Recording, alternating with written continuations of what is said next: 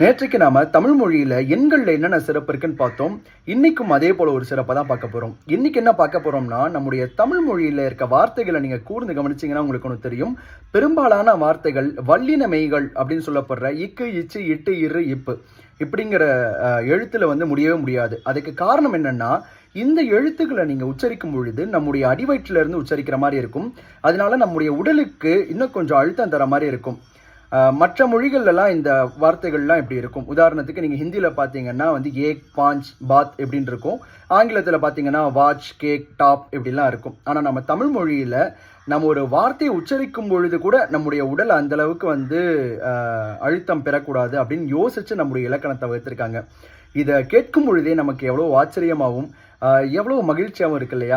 இதே போல நம்முடைய தமிழை பற்றி தெரியாத பல தகவல்களை தெரிஞ்சுக்கணும்னா நம்ம சேனலை மறக்காம ஃபாலோ பண்ணுங்க. இது பிடிச்சிருந்தா உங்க நண்பர்களுக்கும் இதை ஷேர் பண்ணுங்க.